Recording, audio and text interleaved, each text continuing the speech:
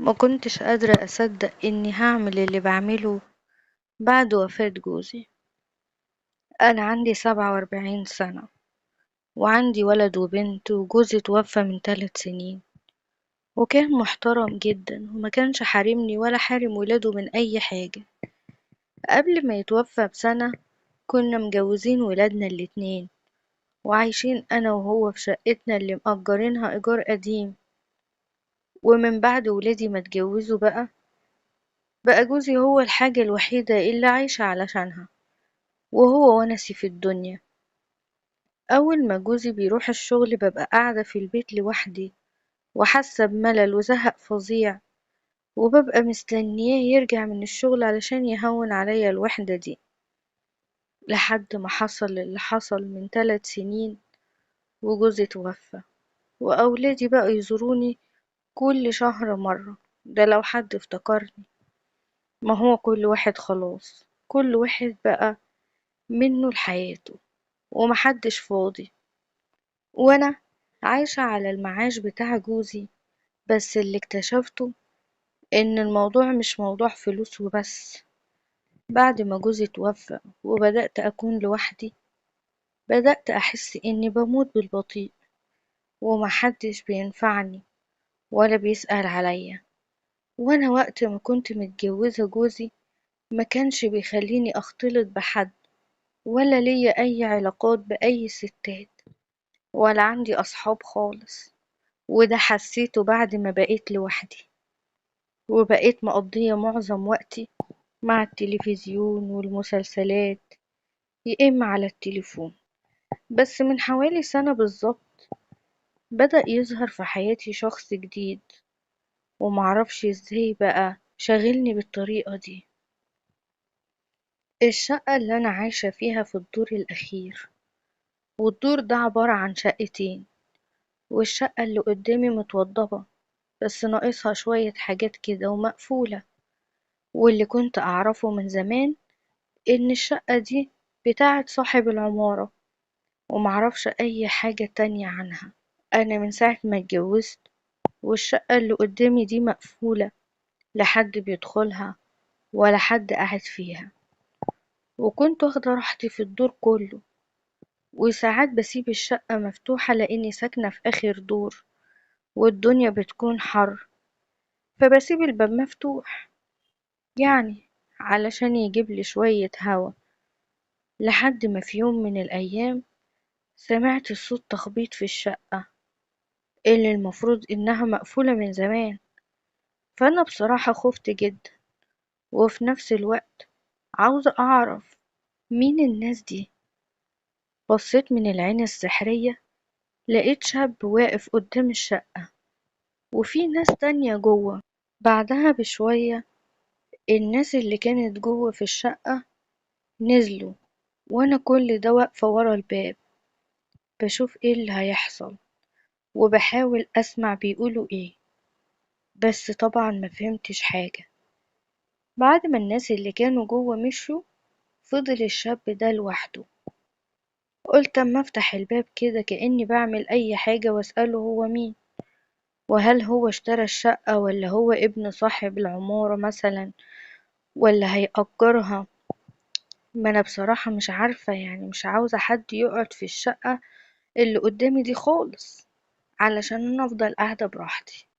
المهم فتحت الباب وكان هو واقف جوه الشقة، والباب بتاع الشقة بتاعته مفتوح، ولقيته شاب كده عنده حوالي 35 سنة. فقلت له سلام عليكم، قال لي وعليكم السلام. قلت له هو حضرتك ساكن جديد هنا؟ قال لي أنا ابن صاحب البيت، بس كنت مسافر برا من وأنا عندي 20 سنة، والمفروض إن دي شقتي اللي أنا هتجوز فيها. قلت له ربنا يكرمك ويوفقك، ودعيت له. قلت له عموما أنا زي والدتك، لو احتجت أي حاجة ابقى قولي. ودخلت شقتي وأنا متضايقة بصراحة إن في حد هيقعد في الشقة، بس قلت مش مهم، بدل ما أنا قاعدة لوحدي كده على الأقل أحس إن في حد جنبي. بعدها بيومين نزلت أشتري حاجات من السوق، وكنت جايبة شنط كتير وبالعافية وصلت بيهم لمدخل العمارة. نزلت الشنط من ايدي ووقفت اريح شوية. في الوقت ده لقيته جاي من بره. اول ما شافني واقفة كده في المدخل قال لي عنك يا طنط. قلت له ربنا يخليك يا حبيبي. تسلم يا رب. انا هقدر اطلعه. قال لي اقسم بالله ما يحصل. استريحي انت براحتك وانا هطلع اطلع لك الحاجة، وانت بقى اطلعي براحتك. وخد من ايدي الشنط وطلع بيهم. وانا بعدها بشوية طلعت، وانا على السلم قابلته وهو نازل، ولقيته بيقول لي انا رنيت الجرس علشان حد ياخد الشنط بس محدش فتح لي. قلت له ما هو مفيش حد، انا عايشة لوحدي. قال لي ازاي يعني عايشة لوحدك؟ انتي سنك صغير على كده. قلت له طيب معلش مش هينفع نتكلم كده على السلم، لما نكون فوق نبقى نتكلم براحتنا.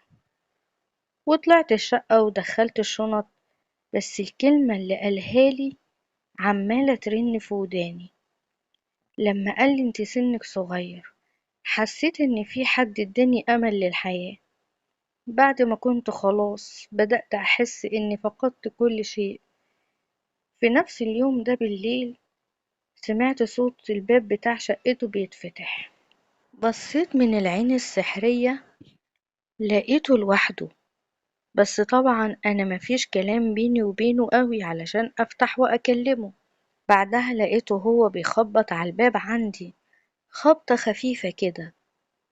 ففتحت له وقلت له انت ليه ما رنتش الجرس؟ قال لي بصراحة انا خفت تكوني نايمة ولما رن الجرس اصحيكي او ازعجك. بقيت اقول في سري معقول يعني في حد بيحس بالناس كده؟ قلت له لا انا صاحية. انت كنت محتاج حاجة؟ قال لي انا بس كنت عاوز اعرف يعني ازاي حضرتك وازاي عايشة لوحدك، وانا اسف جدا لو هتدخل يعني في خصوصياتك، بس انا الموضوع مضايقني. قلت له الموضوع بسيط جدا. انا كنت متجوزة وجوزي الله يرحمه توفى، وعندي ولد وبنت ومتجوزين، وكل واحد فيهم عايش في مكان. قال لي طيب هطلب منك طلب. قلت له اتفضل. قال لي اعتبريني زي ابنك التالت، واي حاجة محتاجاها اطلبيها مني في اي وقت، انا جارك ومش بعيد عنك. قلت له ربنا يكرمك يا حبيبي. وقلت له هو انت قدامك قد ايه ان شاء الله يعني وتتجوز وتسكن جنبي؟ قال لي والله انا لسه خاطب اول ما نزلت مصر، ومتفق على سنتين خطوبة اكون يعني وضبت الشقة فيهم براحتي. قلت له ربنا يكرمك ويكتب لك الخير، انا زي والدتك ولو احتجت اي حاجة تسألني عن اي حاجة او تاخد رأيي في اي حاجة مش هتأخر عنك. قال لي زي والدتي ايه؟ انت شكلك اصغر مني في السن اصلا، ما شاء الله عليكي. قلت له انت بتعاكس ولا ايه؟ قال لي لا والله بس فعلا شكلك صغير، اللي يشوفك ميديلكيش سنك خالص، واللي يشوفك يديلك حاجة يعني و30 سنة. كل ده واحنا واقفين على السلم، بس لما لقيته انسان ذوق كده قلت له طب اتفضل ادخل بدل الوقفة دي. قال لي لا والله مرة تانية، انا هنزل اشتري شوية حاجات كده. قلت له ماشي. سابني ونزل وانا عمالة افكر في كلامه اللي خلاني احس اني رجعت واحدة صغيرة عندها 20 سنة، وكنت طايرة من الفرحة بكلامه. وبقيت استنى اليوم اللي بيطلع فيه شقته علشان يعمل فيها حاجة عشان اتكلم معاه شوية، لان ده بقى هو الشخص الوحيد تقريبا اللي قريب مني. ومرة مع مرة ويوم مع يوم بقينا اصحاب وبحكيله عن كل حاجة تخصني، حتى لو ابني مزعلني او بنتي مزعلاني بحكيله على كل التفاصيل، واعتبرته حد مني. وهو كمان بقى يحكيلي عن خطيبته وعن المشاكل اللي ما بينهم، وقد ايه هي انسانة بتحب نفسها ومش واقفة معاه ومش بتساعده في حاجة. وكان بيقولي ان هو عايز يفركش الخطوبة بتاعته، وانا رفضت وقلت له كل البنات كده، كل البنات دماغهم صغيرة، بكرة تكبر وتتعلم. قال لي ده انا على كده اتجوز واحدة كبيرة احسن. على الأقل هتريحني ومش هتوجع دماغي. قلتله انت ترضى تتجوز واحدة كبيرة؟ قال لي اه طبعا ارضى. قلت له واحدة كبيرة قد ايه مثلا؟ قال لي لو 40 سنة، لو